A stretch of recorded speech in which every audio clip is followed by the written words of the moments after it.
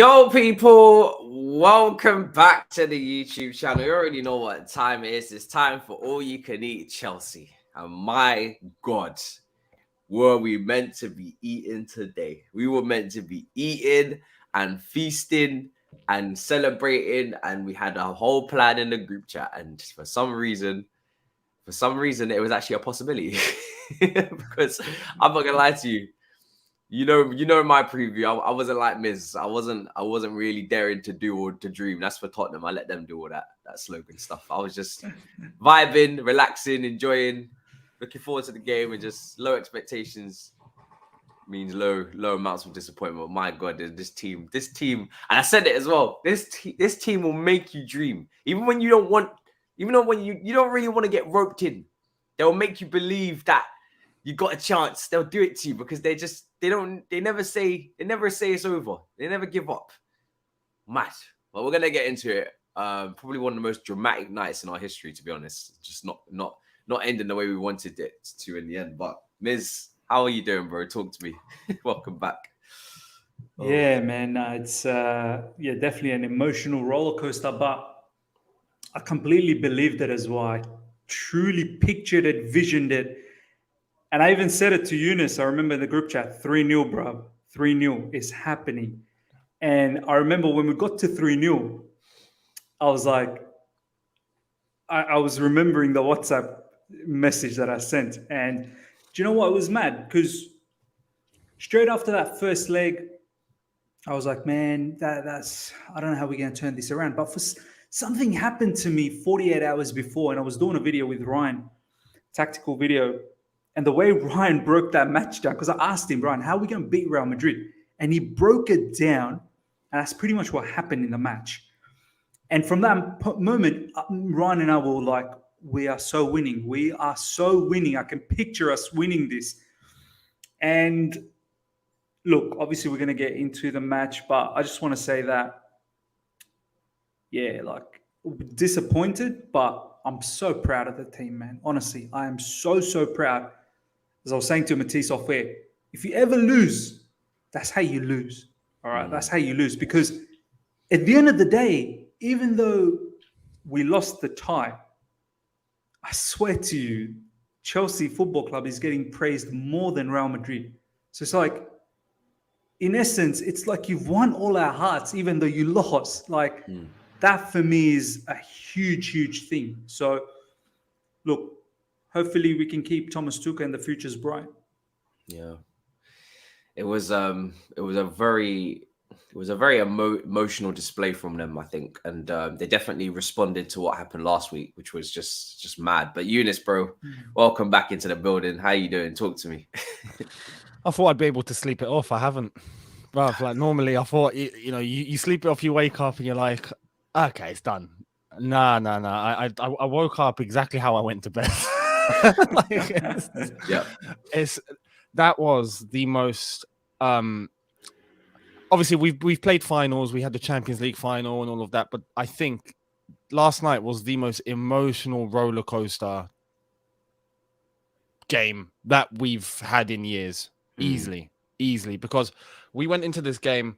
I was kind of in between the both of you. I was more inkling towards like, we're not going to do it.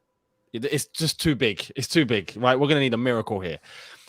And then it all just started going to plan. And I'm like, oh my God, it's happening, isn't it? And then you get that third goal, it gets disallowed. And you're like, oh man. And you get the third goal again. And you're like, this. And it's Werner. It's going to happen. It's written now. It's written. We're going through. And then they get snatched, and it's just like, I can't believe this, man. So, yeah, it's painful, but Miz is right. If you're gonna lose a football match, or if you're gonna lose a tie, we didn't lose the game. We didn't lose the battle. We lost the war. If you're gonna do that, you want to lose it like that. And the one positive I think is that Chelsea, if I'm not mistaken, correct me here, are the only English team to have won at the Bernabeu. Yeah, that's right. It's a Really? record. Yeah. I think Arsenal won there, no? With Henry. I think the Younes is the only English team to score 3 goals at it must be the Bernabeu, something like that. Oh, okay. Yeah. Definitely. Another English club's definitely won there. It must be to score 3 goals. Yeah, Matisse is right. Arsenal's won there in the Champions League. I remember Thierry Henry. Yeah, it was an incredible goal. Yeah. But we're the first team to score 3, I think. Yeah. Fair. Yeah. I mean, so in terms of the bite back, the resilience, it was all there. It's just a shame the way it went down at the end. But yeah, it is what it is.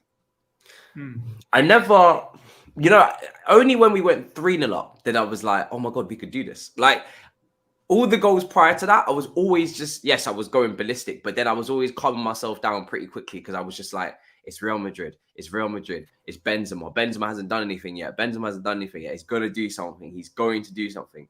And I was just like, they're not playing yet. Like, we've dominated the first 75 minutes and they have yet to do anything. And I'm just like, this is not normal. This is Real Madrid. They're at home.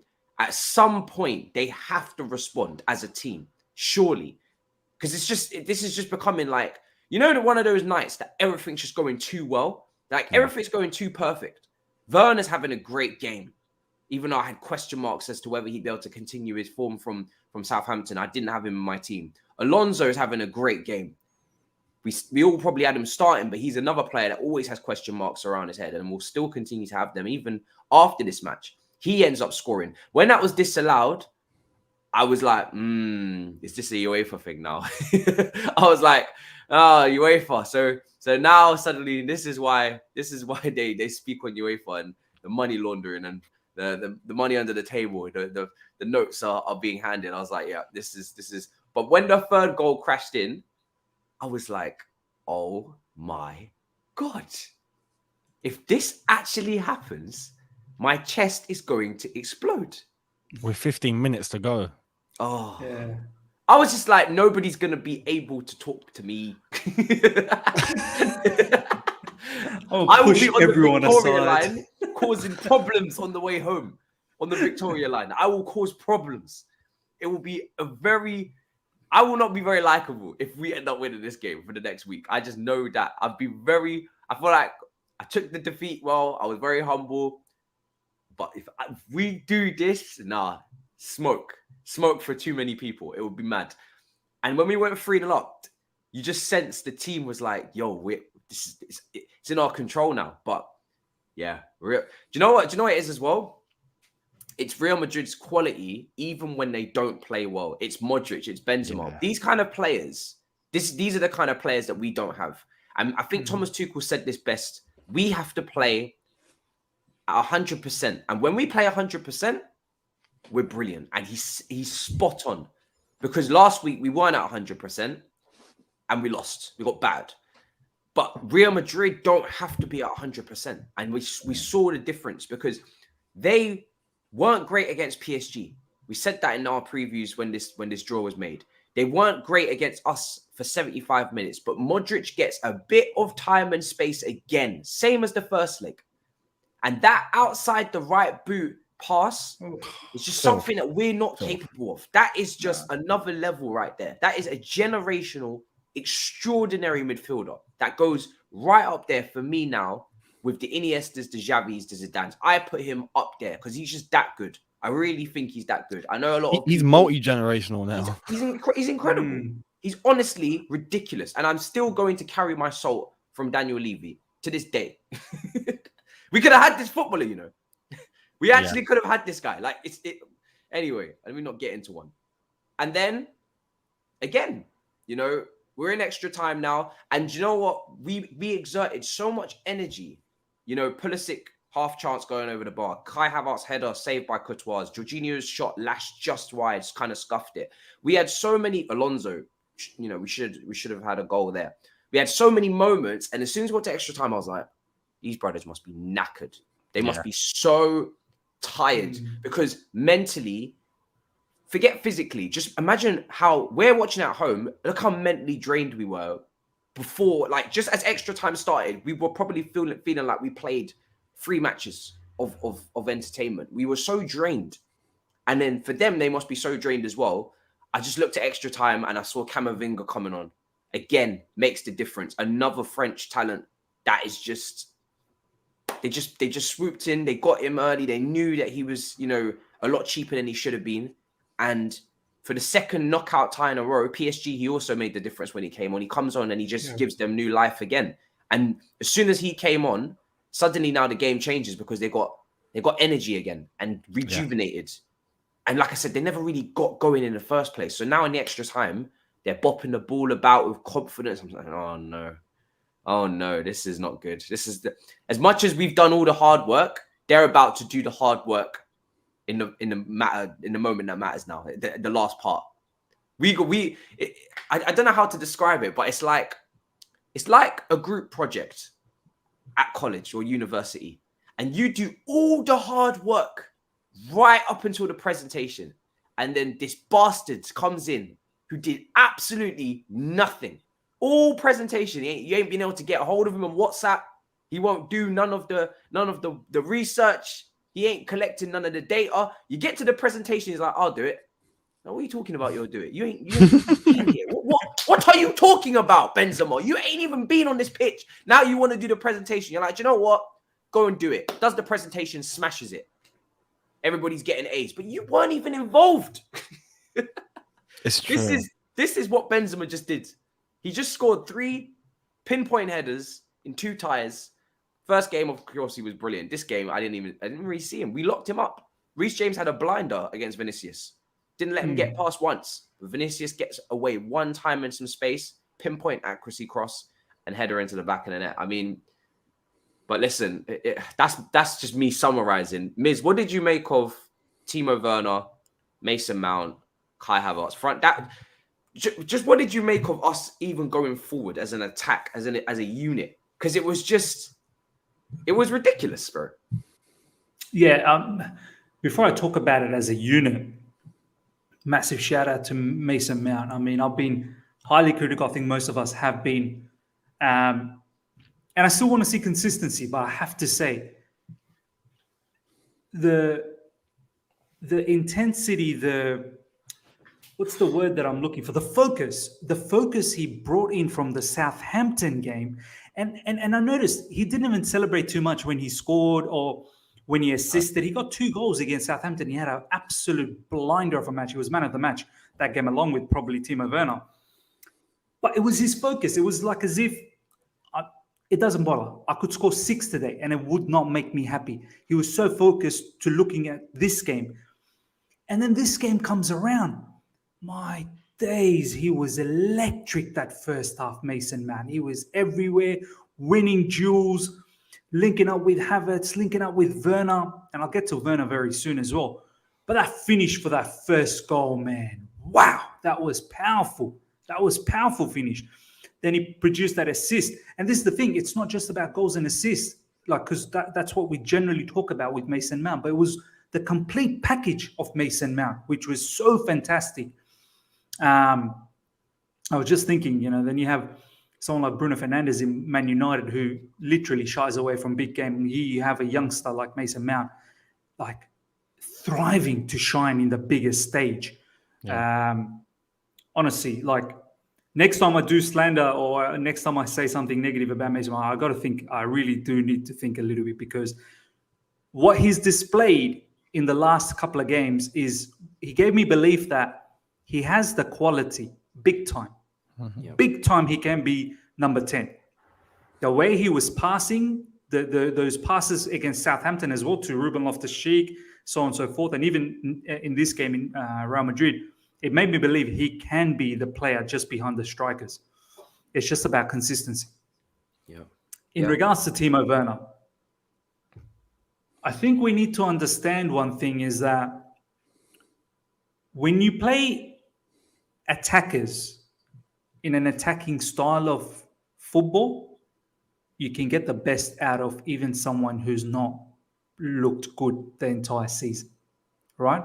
What I mean by that is, previously, we were more defense-minded. We were like, defense first, and we'll see what we can do up front, right? Whereas this match, it's like, we're confident we've got to score. We've got to score. We're confident that we can defend. We've got a structure. We have a plan set out, what we need to do, who we need to cover, where we need to block out the lanes. But the focus is, we've got bowlers up front, let's go for it. And all of a sudden, Timo, he seems fine. Everything that we thought that was against him, His touches, none of them were bad. His assist for Mason Mount, I could not believe the way he slid that ball through, opened up Mason Mount with a gaping hole. Yeah. I'm like, dude, I literally had to check twice. I was honestly having an identity crisis watching this man. Me too, Matisse, because I was like, no. I was like, everything was blur to me. Everything was blur. And I had to literally keep saying to the live chat, who was that assist from? Who is that? Because all I saw was the goal. Like, I completely missed which player put that through. And then I saw the replay and it was so well done. And then the cutback, I was so thinking he was going to go to his left like he always does and hit it with his left and hit the side nets. He had the audacity to take the ball, cut it with his right and slot it. And the work rate to go with all of that. This is when the work rate looks good. Yeah. It's all the other little bits and pieces that you put together, then the work rate, and then you go, Timo, well done, son. That was a good performance. And Kai Havertz, obviously, always, in recent times, he's been the most informed player. And as a unit, the biggest thing that I took away from that is, and the other thing, people talk about, Miz, how can we deal with 4 at the back? We played 4 at the back. Like, seriously, don't kid yourself. Have a look at the match again. Have a look at the heat maps. Have a look at, pause and actually see what we did with the ball and without the ball, in attack and in defense. Don't tell me we can't play 4 at the back football, because we can. Yeah. And this is why I say, I think Thomas Tuchel, if he's back next season, with the right caliber of players that he needs, I swear to you, we're going to do damage. We're going to do damage. So it was good to see what we can do up front in attack, because we pinned Real Madrid down, man. We really did. We were the better team. As Thomas Tuchel said post-match, we got beat by individual moments. We didn't get beat by a team that tactically beat us. Yeah. We got beat by individual moments. Do you know what I mean? Like, we played as a team. They played as just, they waited for an opportunity with Modric and whatnot. My only gripe now that I think about it, boys, I want to see what you guys have to say about this. Now that I'm finally sort of waking up from that bubble that I was, I think at 3-0, I wish Thomas Tuchel just said, boys, we're winning now. We're winning now. We're winning now. Pack the midfield. I wouldn't pack the bus. I agree. Pack I the agree. Midfield. Yeah. Pack the midfield. Because I'm thinking, at 3-0, we're through. Yeah. With 15 minutes to go, as Younes said. Still quite a bit of time to go, isn't it, though? To just Yeah, but pack the midfield. Don't let Modric with so much time. Pack the midfield. Do the substitution. Bring in another midfielder. Take a striker off or whatever. Put in another midfielder. Yeah. And make sure Modric doesn't get that cross.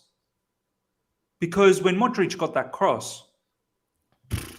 But we know this with Modric. When you give Modric any amount of time to pick his head up and think, the guy will punish you. It's a known fact. It's a known fact. It's mathematical. It's literally an equation.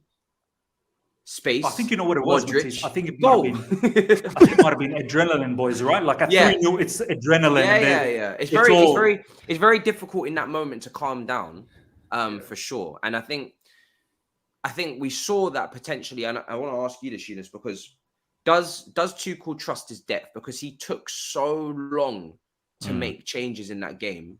Yeah. And it's partly you're thinking, well, does he must not trust them to come on and put in the same level and almost rise to this level, because the level of football that is being played is at the highest level now. And you got to come in, you got to come in and not only match that, but also maybe surpass that to keep us going and help out the other players that are absolutely bollocks after 75 minutes or 80 minutes of all action football. And for me, the substitutions are the reason why Real Madrid took this tie from us, because Camavinga comes on, he changes the whole dynamic of the midfield. Rodrigo comes on, he scores. Even Vasquez comes on, he just brings this extra energy from the right-hand side. There was a time where he just dribbled past like 2 or 3 players and just won the foul. And these are the things that when our players came on, they didn't bring this energy, they didn't bring this intensity. Do you think he just didn't trust the squad in that regards, or just too hesitant? I think there's two things. I think I sympathize with him for the fact that we don't have, and we spoke about this after getting smashed by Brentford and then the first leg Real Madrid. We don't have the same quality to come off like a Real Madrid do. We can turn to the bench, and we brought on a Pulisic because yes, that's all we had basically. On the flip side, personally, now we look back in hindsight, and it's difficult in hindsight, but I wouldn't have taken Werner off for Pulisic. At 3-0 up, an attacker for an attacker makes no sense when Timo was banging it. And if you're looking in terms of keeping up with energy and not getting tired, Timo's fine. There's other players there that you could have taken off rather than Timo. Timo will keep going. So that wasn't a concern. But he took off Timo, brought on Pulisic. That's a waste of a sub. When you're 3-0 up, it's a waste of a sub. And as Miz rightly pointed out, that could have easily gone to bringing on a midfielder. Or if you're going to bring Pulisic on, for example, probably use him as a wing back. Energy, just use him as a wing back. If you have to take Ruben off, for example, do that. Ultimately at 3-0, you change the tactic to protect your lead, and that's where I feel like Tuchel probably thought in his head, look, everything that we've done so far has worked. Just keep it going, which I can understand. But again, you go to the bench, we just don't have that quality. Aside from the two names I just mentioned, Ziyech having to come on afterwards, we would have brought on Jorginho. Saul, you look at all the others and it's like, no, we're not bringing you on. You're all defensive. And we've got Harvey Vale. It's just, it's not enough. It's not enough. Whereas for Real Madrid, it's as soon as they make that change, Rodrigo scores, then we're having to react. And that's the problem. Because then we're having to react with a bench that we can't really turn to. Whereas we had the opportunity in our hands to just lock the game off. And I think that probably would have been best. From that point onwards, I had a gut feeling going into extra time. I said before the game started, if we end up going into extra time, we're going to win this. But the problem was having to come into extra time after being 3-0 up, the tie in your hand, making the wrong sub, then making the right sub, changing the game and getting that goal, it's a shift because now we don't have anyone to turn to. We're all tired.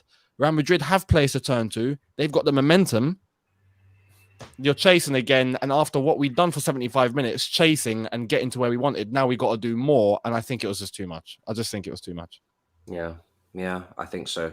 I think you're right, because if we had been 2-0 up, we get to extra time, we know at no point was we through. So we're still doing the job. We're still trying to get the job done. I think that mental moment of, wow, we're actually through. Even as a fan base, we were like, oh my God, it's now in our control. They need 2 goals to go through. Even 1 goal, this goes to extra time, which is what happened. Mentally, to lose that and to go back down to now punch for punch on aggregate is so draining and maybe demoralizing and disheartening a little bit as well. Because and it also, football is so much about momentum and about shift and the sway of the tide or just, momentum is the word really. Because when as Real Madrid, when you get the goal back, and especially when you were about to go out, now they just continue to keep coming and piling on the pressure. They're at home. The fans are with them as well. So that is part of the momentum. That is part of the tie swinging in their favor now. And it's their turn to have a say of events. It's their turn to pile on the pressure. It's their turn to strut their stuff. Whereas Chelsea, I don't feel like we could have done any more. When it got to extra time, there was nothing more I could ask for from this team. And that's how I felt as a fan. I was like, what more can we possibly have done? Or what more can I possibly ask this team to go and do in another 30 minutes? They've scored 3 goals. They had another goal disallowed. By the rule book, it sounds like it's about right, but that rule needs changing because I really felt that was ridiculously harsh. Stupid. Ridiculously harsh. What do you want him to do? Cut his hand off? Bro, it was in a natural position. It was down by its side. It hit the ball and it came him. up. Yeah. I don't know. That's an authentic ball to hand. Like that is a proper ball to hand, pure. And I don't even know if the ball actually flush hit him. Like no, it didn't. It just grazed. It grazed. Yeah. You got to be kidding. And he moved his arm up. You could see, like, as soon as he tried to, come on, man. But as you said, like rules are rule. But yeah. So for me, like, when you're leading 3-1 at the Bernabeu at full time, that should be enough. And this is why it really is on the first leg. It really is. Yeah. It's on the first leg. We shouldn't be losing 3-1 at home. To be winning 3-1 at their stadium is ridiculous. That is not something to be like, oh, we bottled it. Oh, we should have done this. We should have been that.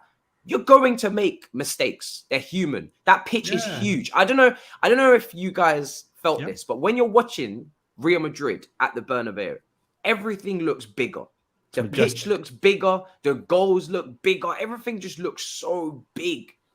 And to have to chase a game and cover all that ground is so draining. It's so tiring mentally and physically. So, like Miz was saying at the start, I couldn't be more proud of the performance inside 90 minutes. But then after full time, I was searching. I was thinking to myself, what are they going to do next? Because there's nothing else to do.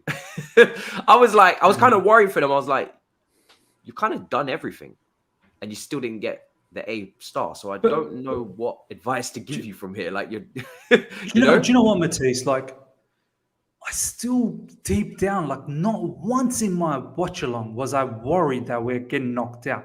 Even till the last 30 seconds, I was like, we're going to equalize and we'll take it to the penalties. And honestly, we had chances. The one chances that, Matisse, you were talking about, like Pulisic chances, Jorginho one. There was another mega chance from Ziyech on that left side in the second half where he was open and he took a shot and hit it straight at Courtois. Like, he was on that left side, more as a, left mid or whatever.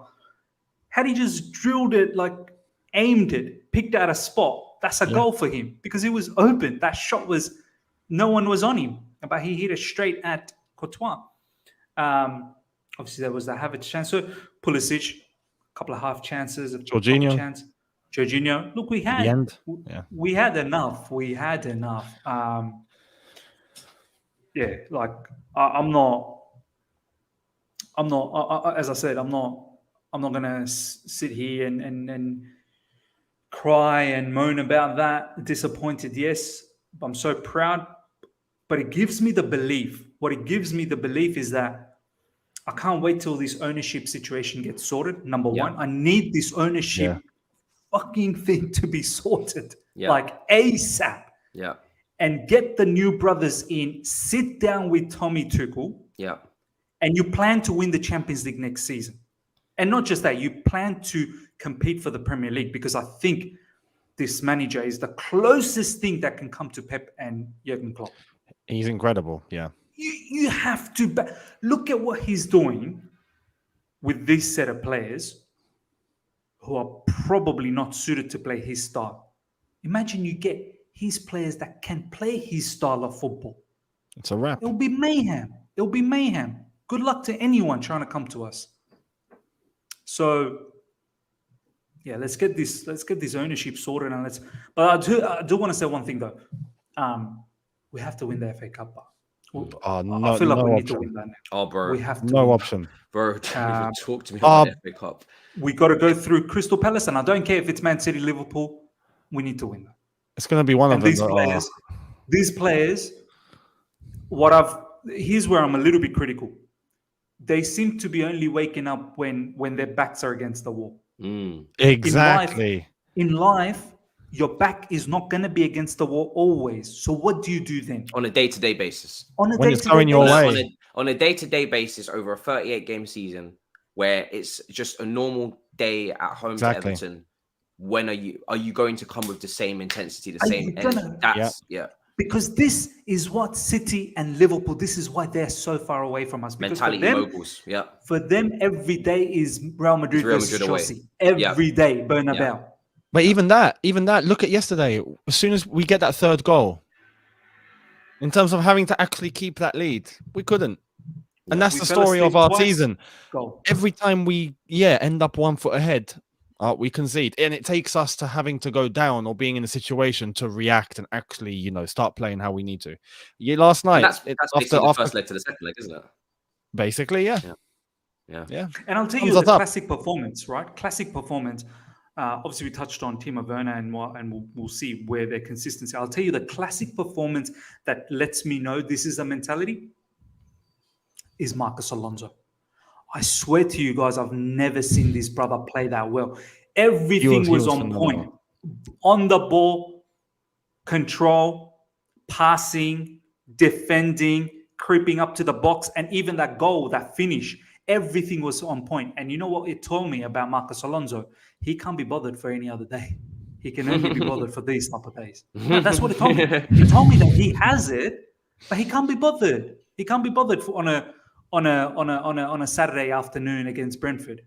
Do you know what I mean? Because Brentford, who cares about that? Real Madrid at the Bernabeu, where millions are watching. All right, let me show them what I can really do. So I need players that are going to be playing, as Matisse said, just on a normal day. Just on a normal day. Show me that level of performance. Yeah, literally. It's this is why and I'm already seeing the questions in my comments. Has this changed your mind on Timo Werner? Has this changed your mind on Marcos Alonso? Has this changed your... No, darling. No. It's a lovely thought. It's a good it's a good argument like that they've brought to the table. But yeah, of course. Is it sufficient enough? No. It's lovely for the PowerPoint presentation. Exactly. For the PowerPoint, it's fantastic. But for the duration of an entire season. Because what happens in this fan base so often is we get evidence over the course of 30 games. And then we get 5 games or 2-3 games of, oh my God. And then we go, oh, let's cherry pick those 3-4 games and let's take them and replace the 30. And then we go into the next season and we try again because of hope. Well, let me tell you what hope has done. Hope has had us in 3rd under Sarri, 5th under Kante, 4th under Lampard, 4th under Tuchel, and 3rd again this season, probably. So hope is not taking us to the next level. Because Champions League aside, that wonderful win, you would never analyze, even though we won it differently this time, you'd never analyze Di Matteo's Champions League win and say, oh my God, this is where we build from. No, you don't do that. You don't build from there. Because that was the end of a story. Yeah, it wasn't the pinnacle. We weren't sitting at the pinnacle. We were feeling and we won at the pinnacle. We won the pinnacle trophy. We weren't at the pinnacle of football. There's a difference between winning the top honor and actually being in the pinnacle of your lifespan as a team. We're not in the pinnacle of our... So changes need to be made for us to go to the next level. Yeah. And if those changes existed, we would not have even been 3-1 down in the first place. Because for me, we have the manager to wipe the floor with Europe and wipe the floor domestically. We really do. He is up there, and I'm going to say it again because people don't want to hear it and they don't believe me. I believe he's up there with the top managers, like the Klopps, like the Peps. They don't agree when I say this. They say, "Oh, you're overrating him." Whenever I see this brother in a massive match, push comes to shove against these top teams, he's competing with them, and he's showing that he can mix it with the best of them tactically. The only thing he doesn't have is their longevity, their squads, their continuity, top to bottom, their philosophy. Because our club is an absolute mess. It's an absolute circus. Circus got to end. Clown's got to go inside. I'm done with that. Because this guy is doing serious work. He's doing God's work. Yeah. He really is. He's doing God's work. To somehow make Loftus-Cheek a key cog at the Bernabeu. What? That's mad. It's insane. Yeah. How have you done that? How have you managed? But then people get complacent. They say, well, if he can do that, we don't need to give him better players. No, give him better players. Don't see that he's done miracles with average to decent players who are inconsistent and say, okay, cool, he can do it. Actually give him top players, go into the market, do the scouting, get him top players and see what he does with them. Because I am so intrigued to see what he will do with a top team, top to bottom, world-class individuals, high quality, high potential individuals. I want to see what that looks like. Thomas Tuchel in charge of that team That excites me. Thomas Tuchel with Camavinga or Tchouaméni over Saul Niguez excites me. Thomas Tuchel with some proper fullback cover instead of, Alonso, instead of Aspie, who they're kind of slow. They don't really bring the same traits and qualities to the team when we take out recent. I want to see what that looks like. I want to see what he looks like when he's got an attack that is clinical. Can you imagine? It's all the energy that he uses in being able to prop up players like a Loftus-Cheek, for example, and getting a miracle out of them. Imagine if he just had to use not even half of that energy with a player who knows exactly what he's doing. He knows it inside out. Just, give him a little pointer here and there, let him be, and he'll get the job done for you. A team full of that, Thomas Tuchel will be flying. Like, with all the problems, it's funny, people are like, oh, Tuchel's he's not quite Pep or Klopp's level. Mate, if you take a Pep or a Klopp and you stick them at Chelsea right now, after having gone through all of the multiple situations that he's had to go through, we're talking all sorts, whether it was injuries, ownership, his divorce now, I've lost count. There was about 5 or 6 different situations. The coffee situation, mate.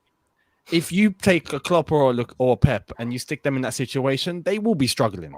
Yeah, 100%. No one would survive it. People think these managers are now like untouchable or inhuman. They're not human now because of what they've achieved. But if you put them in situations where madness is occurring, they will feel the effects. I mean, we saw it last year when Klopp had a whole heap of injuries. They did dip. There we go. That's how it works. And Pep's fortunate that it doesn't let me matter if first of all, they don't seem to get many injuries, but even when they do, they've got ridiculous cover because they've got the depth. They have the depth. Even Pep yesterday, not yesterday, day before, I think, but the quote came out yesterday. He spoke to a Spanish outlet and he did an interview about he spoke about Bielsa.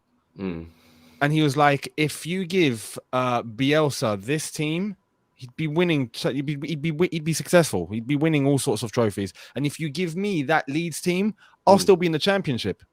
And you know what, Younes? And he's right. He's spot on. Do you know what, Younes? He's always said that.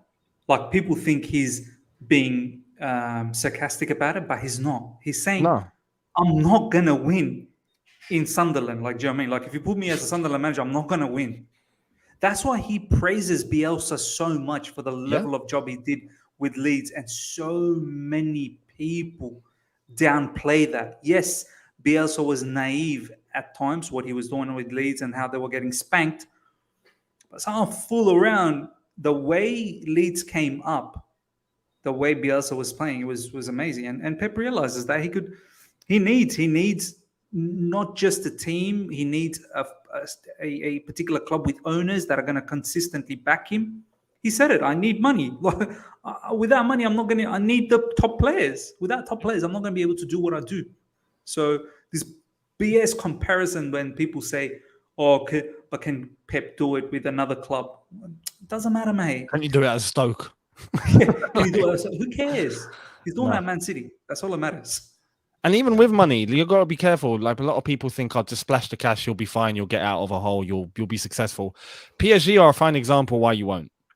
Correct. Yeah, it needs to be done correctly. And to an extent, we're an example sometimes of why it's not just about cash. You got to do it correctly. Lukaku. And not just that. There are players like Liverpool, Diaz, 40 million, Jota from Wolves. They've spent a bit of money, but they've done it correctly. Correct. So, yeah. Give Tuchel what he needs, and he will bang. Yeah. What is the status at the moment? When's the owners? Like, do you guys know? Like, I've stopped. I think it was extended to like May or something. I don't know what's going on there. It's extended to like May, and I was like, it was meant to be April, right? April 11th, 14th. Tomorrow we were meant to get a decision. We were talking about it last week. Next show we're going to decide to talk about who are the owners.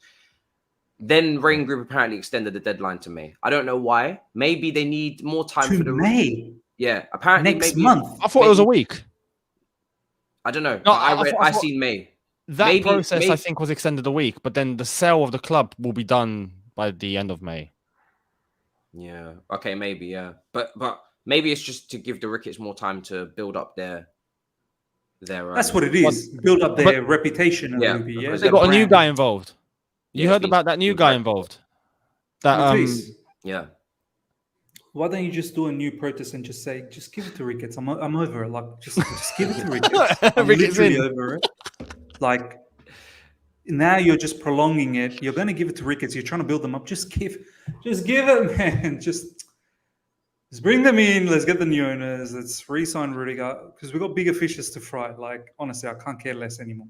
Seriously. Bro, they've already made clear in terms of like who a director's going to be. If the Ricketts do come in, they've got that. I forgot his name, but he's a British-born Indian businessman.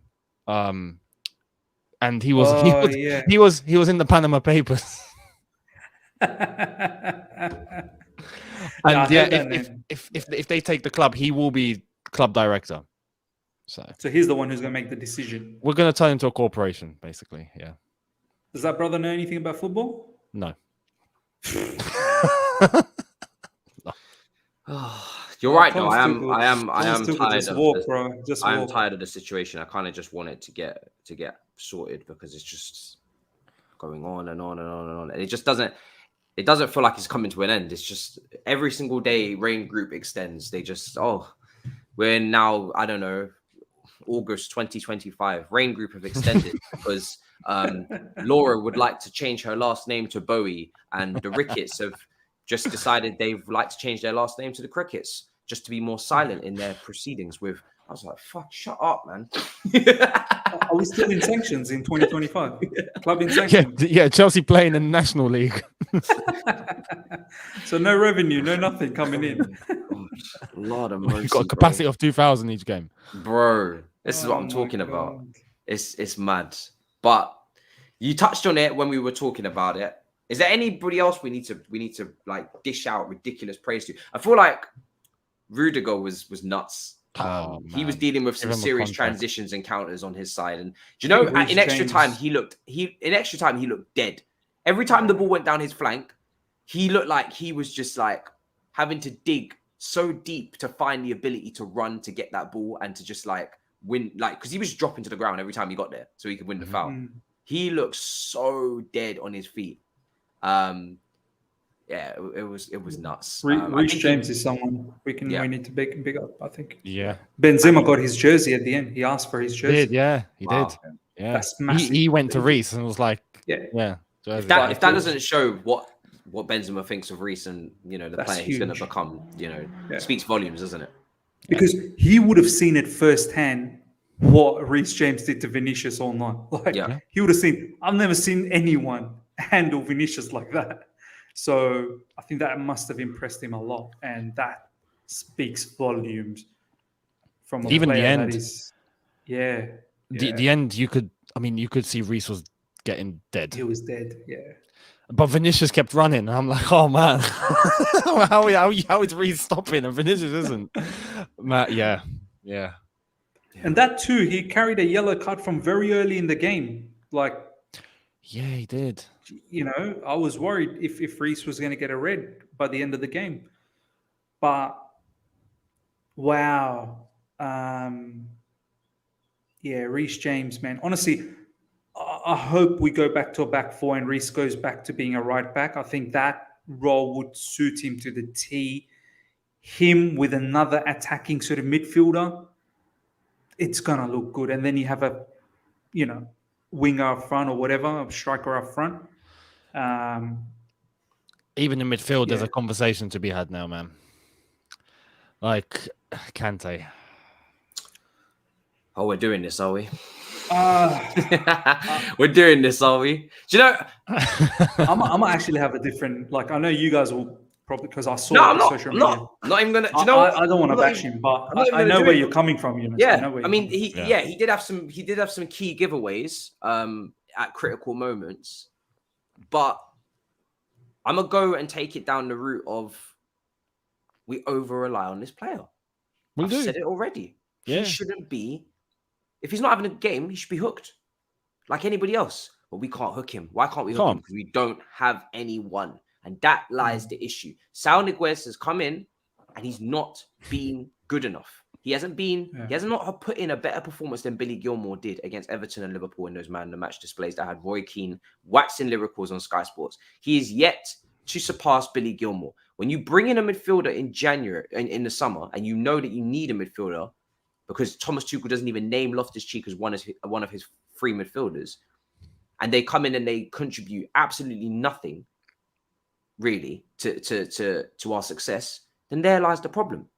And if we had signed Tchouaméni in the summer for a cut price, he would have been able to come in for Kante, like Camavinga comes in for Toni Kroos or Casemiro, and make the difference and give us that extra leg up. And then suddenly now we've got an energetic, quality midfielder in the middle of the park who's giving life to the team. And maybe what we're talking about of maybe lacking energy, intensity in that extra time, maybe he's the one that's able to kickstart that again and get us going. If Pulisic plays like Rodrigo, you know, if the players that come on are able to replace the players that are either not playing to their maximum on the pitch or are absolutely dead on their feet, then we're able to go and kick on to another level. But this is why, when I said we need to replace Kante, when people start crying and getting up in their feelings, they don't want to let it go because they still believe Kante can start. They still believe Kante needs to start every single week, every single game. He's Kante. This is what Man United fans say about Cristiano Ronaldo. He's Ronaldo. Yeah. I am not here to talk about the name and, oh, it's this person. I'm here to talk about what they're currently contributing to the team.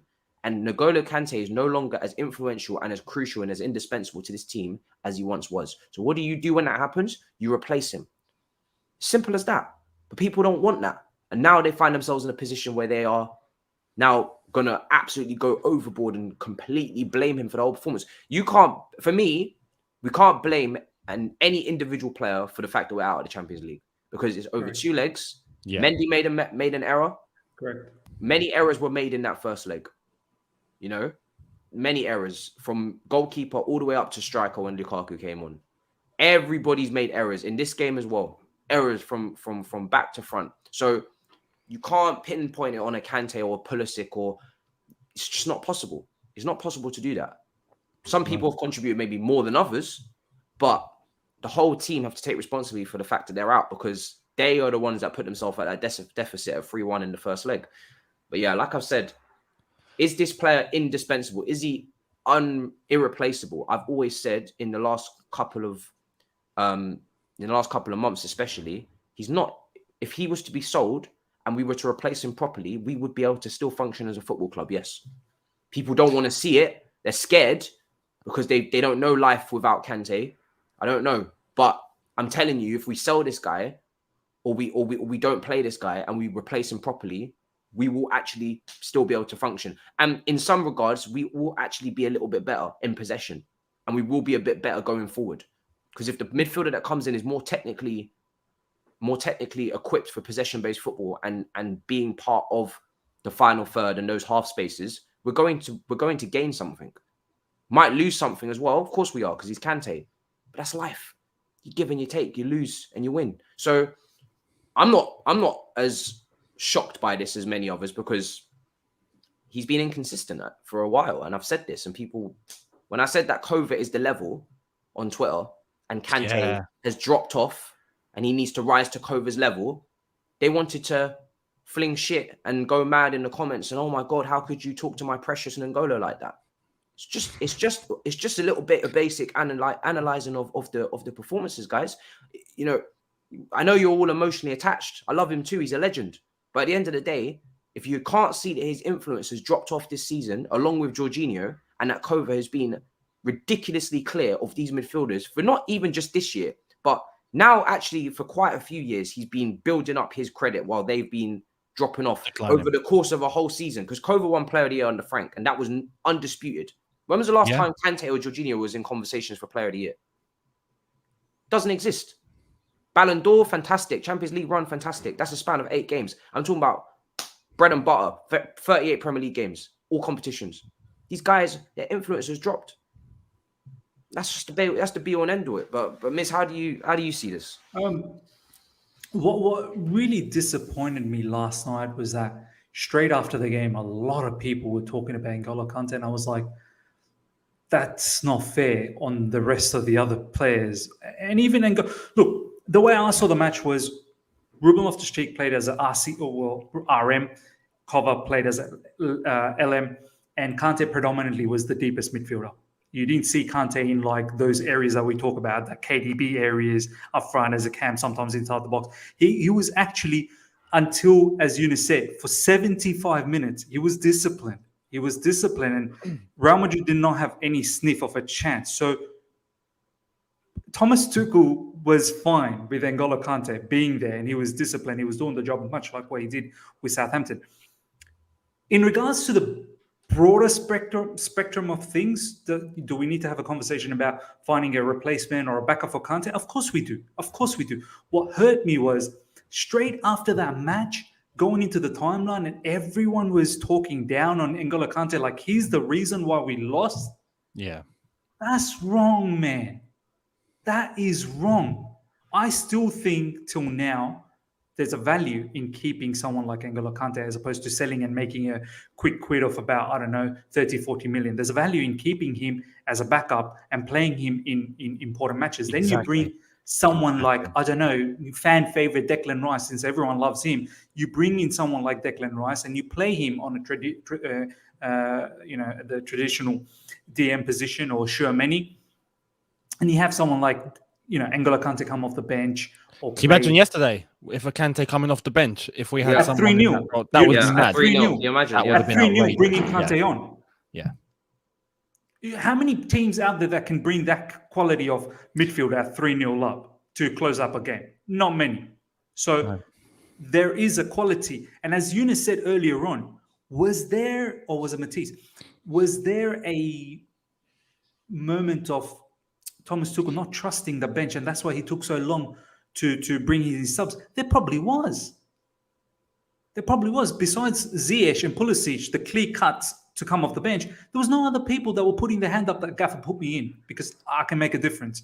Because there wasn't. So when you have someone like Kante who at that point would have come in, and you best believe he would have been very close to Modric, and that cross doesn't happen. By 75 minutes, when the brother was fasting the whole day as well,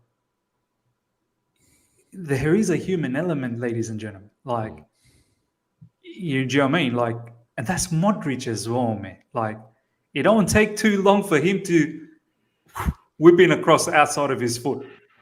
So that yesterday was not the night where I would have gone after Kante. Few weeks down the track, maybe during the summer, do we sit down and have a conversation? Do we need a backup? Yes, of course. That's what hurt me, that so many people in the live chat, even in the live chat, but in the timeline was like so disrespectful towards Kante. It was mad. It's not fair. Yeah. I mean, Younes, what did you make of, I guess, the contributions of the players that came on? And you look at maybe like a Ziyech as well. Who else came on? Pulisic. I guess, yeah. What are you looking at? Is there anything that it's mad? I'm speechless, honestly, because I'm just rewinding back time and I'm just like, Jesus Christ, man, that game was so close to. Oh God. Anyway, is there anything that I'll change the question actually, because I think we kind of already touched on those contributions, but. Is there anything that you learned from that? Is there anything new you're taking from that game for the rest of the season, especially now as we kind of pivot to the FA Cup? Because third place in the Premier League is what we need to completely, just sew up, sign off and deliver. But the FA Cup is Palace Sunday, cool. You'd expect us to take care of business. Hopefully we do. There's no Gallagher as well. We made sure of that. Vieira crying into his hands. He's locked up at Cobham. Yeah. Oh, listen. The audacity to even think that we're going to allow you to play one of our weapons against us. Like what? We gave him to you to help us. Why would we now let you use him against us? This is like a film. It's like Marvel. What? We gave him to you develop him, you nurture him, you feed him, you clothe him, make him stronger, make him better, beat our rivals as well while you're at it. And you're the babysitter. Yeah. Why now when we play you are we going to be like, now the babysitter wants to be a parent? Like, calm down. please know your place. Yeah, I'm still the mother. don't leave your station, for I dock your pay. So he ain't playing. But even if we get to that final, which we should, we know who we potentially face. Younes, there cannot be no more heartbreak at Wembley. We lost in the let me refresh your memory. Carabao Cup final against Manchester City under Sarri. Yeah. FA Cup final under Lampard against Arsenal. FA Cup final against Leicester. Carabao Cup final against Liverpool. Yeah, the amount of silverware we would have picked up, man. Wow. And now potentially another FA Cup final if we win on Sunday. Well, and that's even not just domestic, but if you stick in the Real Madrid game where we were again so close, and now this FA Cup game, I'm gonna be real with you guys. And I know normally reverse jinxing kind of works for me, so I'm hoping this is going to pay off. But if we get to a final and we have Man City or Liverpool to face, I've got a feeling it's going to be almost again. And I hope not. But because it's not even, we're not stable. Like even right now as a football club, we're just not stable, you know, and we're pulling off these. I think it'll be a great performance. I think if it comes to it, I think we'll put in a clinic. I think everyone would rise to the situation. But you're playing Liverpool or City, you know, and we played against Liverpool in that Carabao Cup final.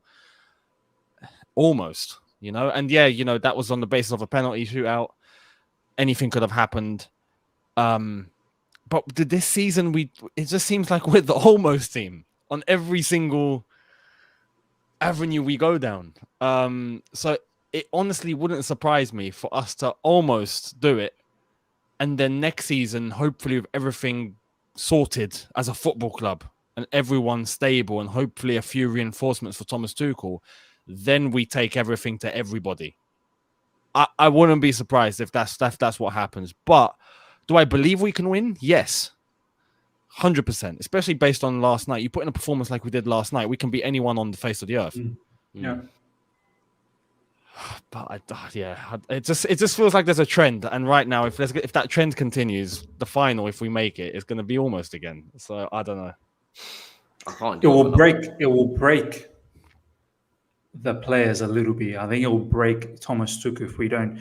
I mean, once again, no disrespect to Palace, we still need to go through them. Yeah. But once you get to the final, if we don't, as Younes said, almost, I think it may just break a few. Like, we have to win that. I don't care who it is, City, Liverpool. Obviously, it's going to be one of them if we go through. We got to carry the W from day dot as soon as we find out. Like, you go out there, you do your job, get the W. That's it. Yeah, because simple as that. And even as a season, if we end up with a Super Cup, Club World Cup, the FA Cup, yeah, that's great. That's great. And also getting to the Carabao Cup final as well. That's going deep in both domestic cups, and obviously Champions League is what it is. It's defined by fine margins. I think if you're consistently getting to the last 8 of the Champions League and more time, you'd obviously want to be in the last 4 as well. But obviously always depends on you know, it's a knockout competition. Then that's enough. Like as much as I'm annoyed we didn't go through, I'm still satisfied with our Champions League, you know, campaign. It could have been a bit better, maybe a semi-final, but it could have been a bit worse as well. You know, we could have gone out earlier. So I feel like this is the kind of stage where we've gone out many a time in the quarterfinal, and it's always a weird feeling because I feel like I'll get over this in a couple of weeks. Whereas if we went out in a semi-final like this, that would hurt way more because you're just now one step away to the final and your team can walk past that trophy again before kickoff. And that's a whole different ball game. So I feel like if I had to choose losing this game in the quarters, I'm definitely taking the quarters so we can just get our heads straight and focus on other things, because the semi-final is always painful if you lose like this. If you think you feel bad now, boys, remember how you felt against Barcelona. Tough. That's a different way. But that was different. Yeah. Yeah, that was robbery. I wanted to riot. Like that was different, and that was like Chelsea. That you got nothing to do with this, bruv. I need that ref. Send me that ref. That was corruption. That was corruption. Really it was pure corruption. That was corruption, man. Yeah, it was criminal. Yeah. And even on the basis of going into the FA Cup, so it's, you know, say if we make it past Palace, we get to face Liverpool or City. You got to remember, I believe personally, I think the Champions League final is going to be City Liverpool. I think so as well. And then the Premier League, it's City Liverpool. And they own everything. And the Carabao Cup is Liverpool. They own everything. They own the whole thing. We really need to put a dent in that.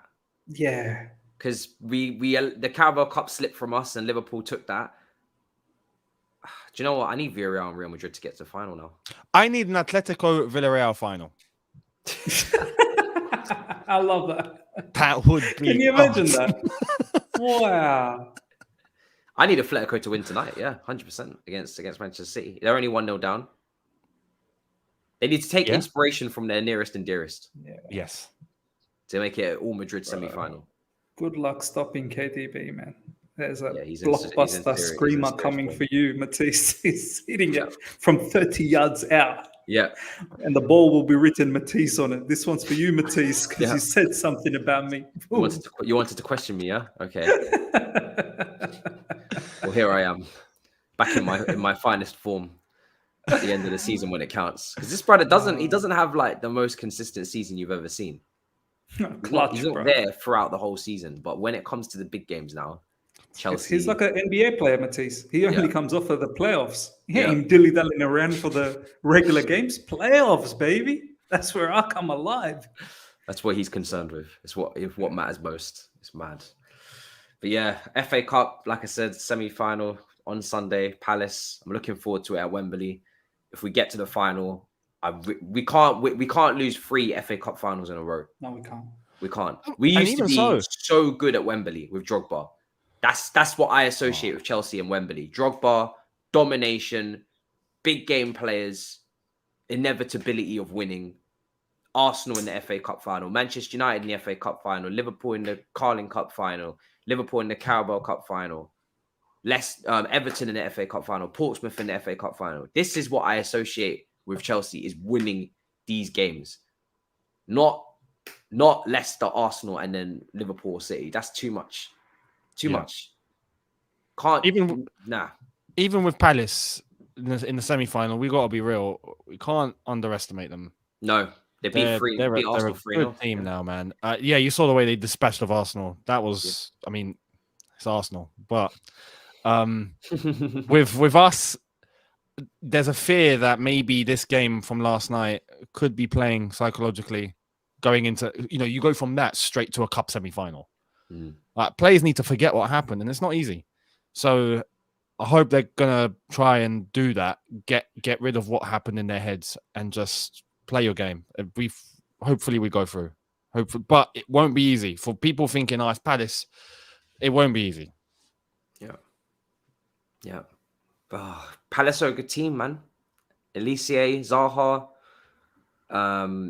They've got good structure. Very good structure in that midfield. I do think Gallagher will be a big miss for them, because Gallagher in the big games for Palace against the big teams has really stood up against Arsenal, against City at the Etihad, Tottenham both times, I believe. When they don't have possession and Palace are kind of there to cover the spaces and to press and be really aggressive and stop people like Partey from getting on the ball and making those passes, Gallagher's been crucial to that. So I do think that's going to be a huge loss for them. But yeah, we definitely need to take them seriously and dispatch of them, because otherwise, it's God forbid we go out of 2 competitions in 1 week. That's just not something I can mentally even compartmentalize and deal with.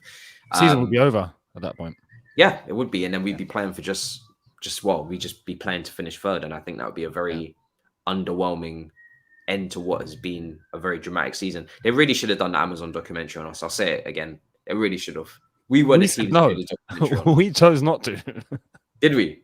It was the club. Yeah, the Yeah. club got approached by Amazon, and I think Marino went like, "Nah, We don't do that around here. we do things in closed doors. Get out." Fair enough. Fair play. Doesn't surprise me in the slightest as well. Then they went to Arsenal, and Arsenal Yeah. said yes because obviously money. Am I even looking forward to Arsenal's as much as I would ours? No, not really. I wanted depends. to see behind the scenes when Lukaku went into the training ground. It was really awkward between him and the rest of the squad. I wanted to see that. Do you know how much we had in terms of like content? Oh my god. Lukaku, the first day, they would have got the recording of Lukaku on the first day after that interview dropped, going back into training, and just the awkwardness. Hey guys, what's up? We saw you did a little interview. Yeah, bro, I was wilding, bro. Crazy. Tuchel's like, Rom, office. Yeah. Why didn't you tell me this was coming? Like, what is going on? Oh, it would have been nuts. The absolute probably bollocking he gave them after the Real Madrid tie, reportedly, in that meeting as well. All the meeting, like, oh, it would have been crazy, man. Cousin Marino rocking up and just going straight into like Tuchel's office. Hey, is Rom here? Yes. Door slams.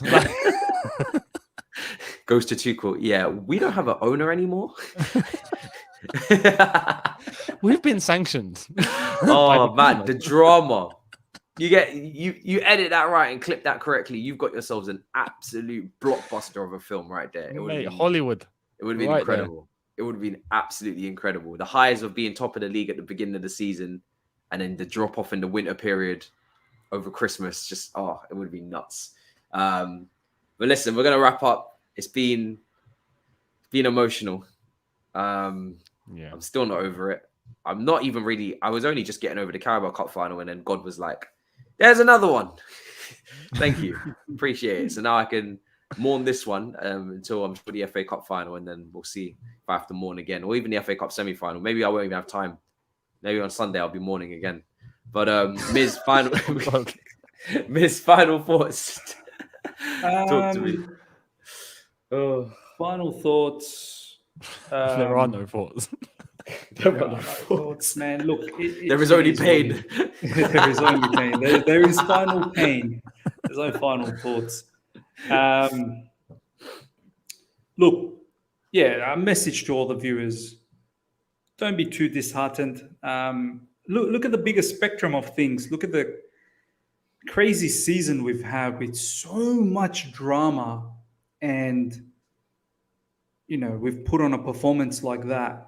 I think take heart from that, and there's still FA Cup still to play for. There's still a whole heap of Premier League games, and making sure that we can solidify that third position and finish off the season strong. So there's still quite a bit to play for, and I just hope that the players have that energy like the way they did against Real Madrid to carry on now, and not that they've spent all their energy and that's it.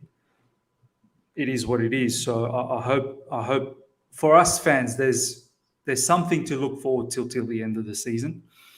In terms of my content, I might react to possible Eric Ten Hag appointment for Man United. So do look out for that. I might make that video very, very soon, because I think that's happening very soon. Yeah. Today? And possibly today, tomorrow. It's done. Apparently, personal agreements have been done by him and 4-year contract. Wow. Yeah, Fabrizio is very close to say that here we go. Wow. I want to talk If he about gets sacked, United have to pay an arm and a leg. Yeah. See, this I want to talk about in my video, that they can't sack this brother. They can't. You can't. You will go through hard times next season as well. Don't expect him coming in and all of a sudden you're title contenders. No. You will suffer. You will suffer next season. But if Man United can hold on to this brother, I think we have another problem. Do you know what I mean? We'll add another team into the mix, because they've got themselves a good gaffer. So I'll talk about that. I was planning to do Champions League. I'm still a bit. I just don't know if I have the. We don't care about the rest. I don't even know if I can even hear that anthem again until next season. I mean, I can. I'm gonna put it on mute. I can watch Champions League. It's just I don't know if I have the capacity to just go through 90 minutes. I do not have the capacity. You know what I mean? Like, and then Yes, I I just get wanna what watch, you mean. I was meant to be watching Champions League as well, but it's like, I just want to watch peacefully. Do you know what I mean? Like, I just I don't know if I can watch Champions League right now. So yeah, look, there may be a watch along, there may not be, but there definitely will be an Eric Ten Hag video that'll drop. So okay for that. And Younes, what about you in terms of content? Let them know what's coming up. I don't know. I'll probably run into a field somewhere. Just look into the sky, and the trees. I don't know.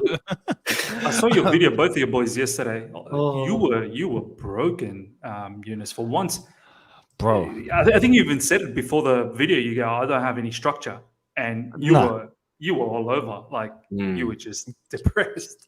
Matisse, on the other hand, was depressed, but at the same time, he was like, much like me, like proud as well. But you were gutted. You were. Gutted. I thought we had it. I thought we had it, man. I having gone through all the motions, like in the way that we did, and obviously, like on the watch when we scored, I was going crazy. Like I consumed so much energy. Yeah. That I had nothing left. I was running on adrenaline. So when we got when we ended up losing, adrenaline's now decreasing. I'm just like, I'm done. I can't move. So it's one of those ones. That's why I said like this game compared to previous years, nothing. There hasn't been a game like it. There hasn't. But yeah, I'll watch Champions League later. I definitely won't do a watch along. But yeah, I'll definitely watch that. We'll keep tabs on seeing what's going on elsewhere. As for Chelsea as well, so if there's any news, I'll do a video later for sure. There will be a video. And then we look forward to the semi-final on Sunday. So that'll be tomorrow, Friday, with just regular content. Saturday preview, Sunday we go again. I'm still trying to compartmentalize what is going on, because as you were talking about Younes being so distraught about the result, I realized I was putting on a face for the people. Oh yeah, you were at DR Sports, isn't it? So I kind of had to. I'm at home. If I was in the comfort of my own home, that would have been a very different review. I was kind of happy I was in the studio because I had to be professional because I was hosting as well. Because I had to leave after normal time. So when extra time started, I had to go from fan to host in the seat, in the chair. And I was like, this is going to make me kind of distant from the game a little bit. And maybe that's what I need right now, because I don't see this going very well. I see the changes they've made. The energy's gone up from them. The energy's dipped from us. And this is what I need to almost like kind of just detach from the match a little bit and just kind of pull away, slowly rip off the Band-Aid, instead of what would be maybe Younes ripping off the Band-Aid at full time in extra time.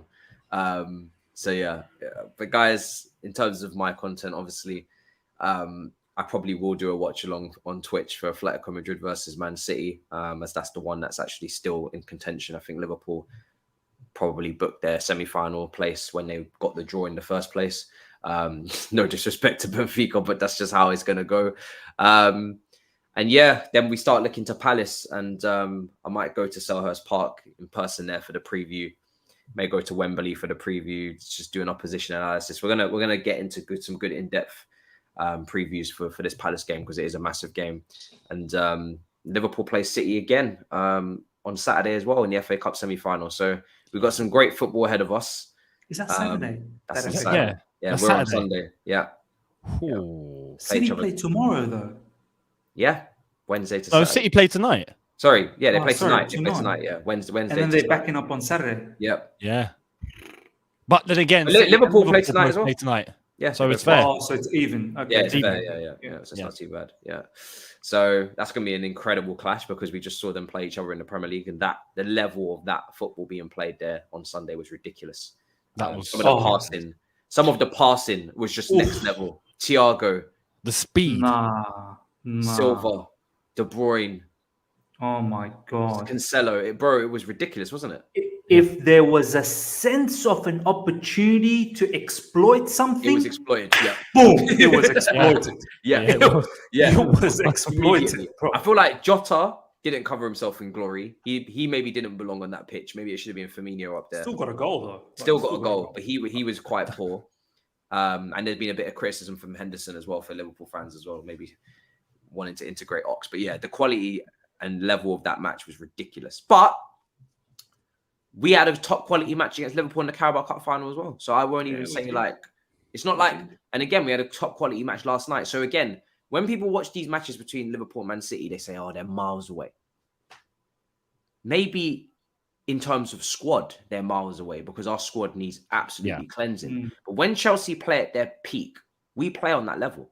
Yeah, and we showed that against Liverpool in the Carabao Cup final. We showed that against Liverpool in the 2-2 draw at Stamford Bridge. We showed that against Liverpool at Anfield. We showed that against Man City 3 times last year. And we showed that against Real Madrid last night. When we play at our optimum level, we play on that level. Probably City and Liverpool are at that level. Yeah. Right? Always. And we're like here, and then there are games where we reach that level, and then we stay there a bit, and then we come off, and then we play, and then we hit that level, and they just stay there. They don't move. Yeah, we need to. And the only way we're going to address that is with a good cleanse. For me, that's mentality, because those it's also guys, quality though, Miz, isn't it? It's also quality when you have Saul-Niguez and Ruben playing in a pivot against Watford. Of course. And it's time as well. Liverpool and City have had this time to be able to do what they've done. It is definitely quality, but for those guys, it's not just quality. They're robots. Those teams are robots. They're machines now, and that means it's mentality. Do you know what I mean? Like, our players are good, yes, not as great as them. But if we had a strong mentality like them, I tell you, we'd be there or thereabouts. We may not win the league, but we'll be close by. But now, because we're up and down, as Younes was saying, the gap is what it is. So. Yeah.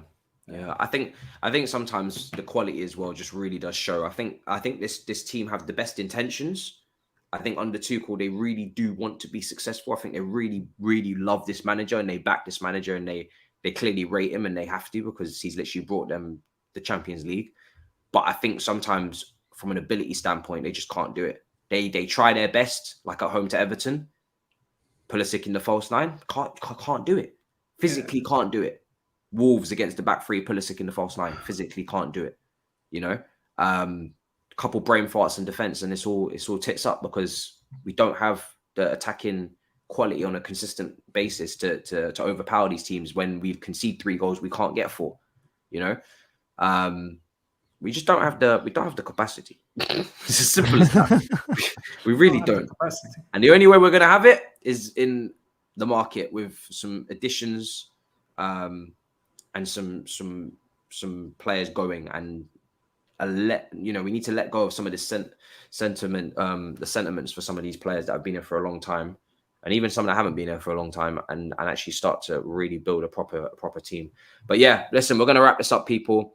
Smash up the icons. Let us know in the comments what you thought of the match, extended match reaction, I guess, after last night. And we moved swiftly on. This will be the last time I talk about this game on this channel. We moved swiftly on to Palace on Sunday because this season is coming to an end and we need to end it on a high. It's what this team deserves with all the upheaval and madness that's been going on as well around the club. So big up your damn selves. In a bit, people. Peace.